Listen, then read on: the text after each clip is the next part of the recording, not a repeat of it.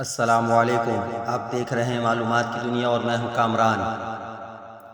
آج میں واقعہ کربلا میں آپ کو شہزادہ علی اکبر کی شہادت کے بارے میں بتاؤں گا۔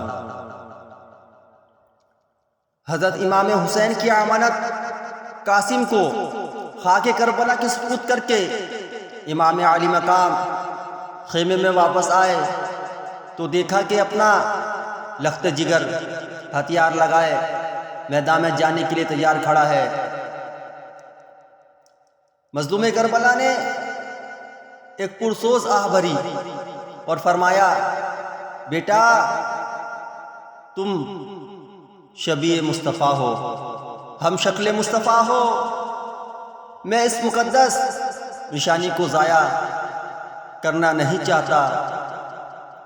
تو پھر شہزادہ علی اکبر نے آپ سے فرمایا کہ ابا حضور، جس نانا پاک کا میں ہم شکل ہوں، انہوں نے بھی تو میدان احد میں اپنے دندان مبارک شہید کرا دیے تھے، تو پھر آج ہم شکل مصطفیٰ کو اپنے نانا پاک کی سنت ادا کرنے کیوں نہیں دیتے؟ پھر آپ نے فرمایا کہ ابا حضور اجازت فرمائیں، کہیں ایسا نہ ہو کہ قیامت کا روز نانا جان اپنے دربار سے دھکا دے کر نکال دیں، دادی فاطمہ مجھے دیکھ کر منہ نہ چھپا لیں، اور شیر خدا کہیں مجھے بزدلی کا طعنہ نہ دیں۔ ابا حضور،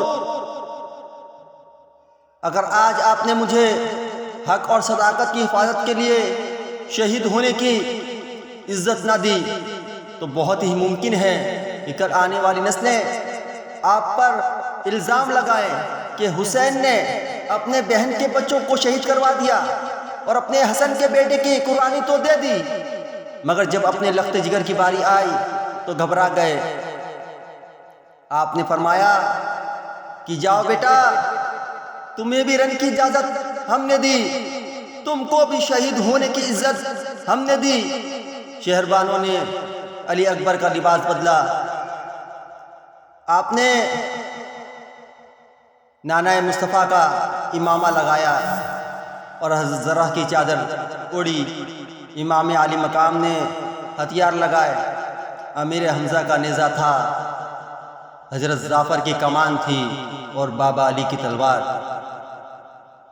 یہ ہاشمی شہزادہ جب اپنے جسم پر ہتھیار لگا کر اپنے بھائی زین العابدین کو آخری بار ملنے کے لیے خیمے میں گیا تو ایک حشر پپا ہو گیا، پاک دامن بیویوں کی چیخیں نکل گئیں، شہر بانو بے ہوش ہو گئی، امام بھی تڑپ گئے۔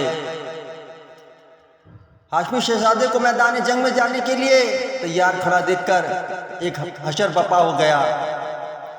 شاعر کچھ اس طرح کہتا ہے، دیتے تھے اہل بیت دہائی امام کی، دیتے تھے اہل بیت دہائی امام کی، تصویر گھر سے جاتی ہے خیر الانام کی، تصویر گھر سے جاتی ہے خیر الانام کی۔ اور پھر ہاشمی جوان یزیدی لشکر کے سامنے بڑے ہی جاہ و جلال کے ساتھ ڈر گیا اور فرمایا، علی اکبر ہے میرا نام، دادا مرتضیٰ میرا، علی اکبر ہے میرا نام، دادا مرتضیٰ میرا، سخی لجپال کا بیٹا ہوں، نانا مصطفیٰ میرا۔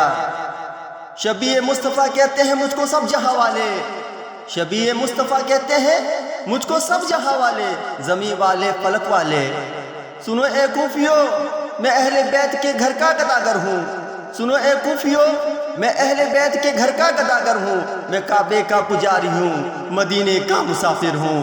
شہزادہ علی اکبر کی اس ایمان افروز تقریر نے کوفیوں کے دل ہلا دیے اور حیرت سے ایک دوسرے کا منہ تکنے لگے، اور ابو سعد خود بھی گھبرا گیا، کسی کو آپ کے سامنے آنے کی ہمت نہ ہوئی، اور جب کوئی آپ کے مقابلے میں نہ آیا، یہ جرت نہ کر سکا، تو شہزادہ علی اکبر خود ہی لشکر یزید پر حملہ آور ہو گئے اور ایک وار سے کئی یزیدی کتوں کو واصل الجہنم کر دیا۔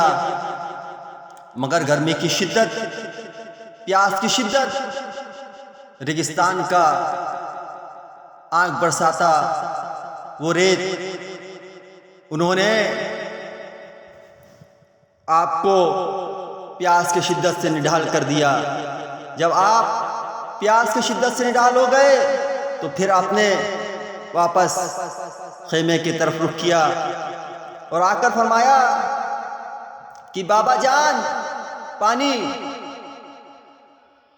تو امام عالی مقام نے فرمایا کہ بیٹا میں نے آج تک تمہاری ساری خواہش کو پورا کیا ہے، مگر آج تمہارا شفیق باپ تمہاری پانی کی خواہش کو پورا نہیں کر سکتا۔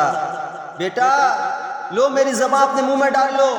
علی اکبر نے زبان منہ میں لے کر چوسی اور پھر حسینی شیر میدان کربلا کی جانب روانہ ہو گیا اور پھر بجلی بن کر یزید لشکر پر ٹوٹ پڑا اور ایک وار سے 12 یزیدی کتوں کو جہنم واصل کر دیا۔ کبھی نیزے کی ضرب تھی اور کبھی تلوار کی کاٹ، بڑے بڑے بہادروں کے حوصلے ٹوٹ گئے۔ عمرو سعد نے ایک مشہور شہ سوار محکم بن طفیل کو 1000 بہادروں کا دستہ دے کر ہاشمی جوان کے مقابلے میں بھیجا۔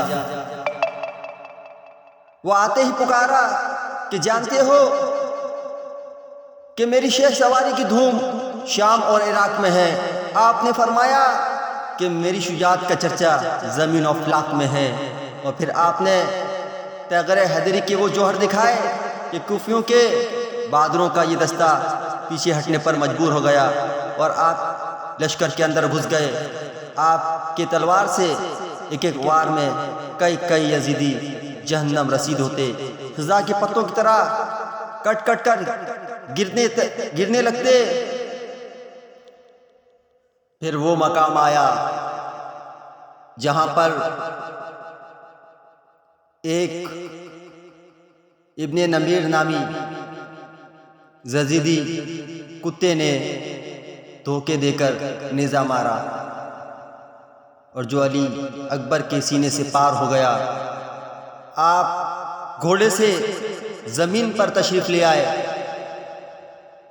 14ویں کا چاند تھا جو ڈوب گیا اور چمستان زہرہ کا پھول تھا جو ٹوٹ گیا۔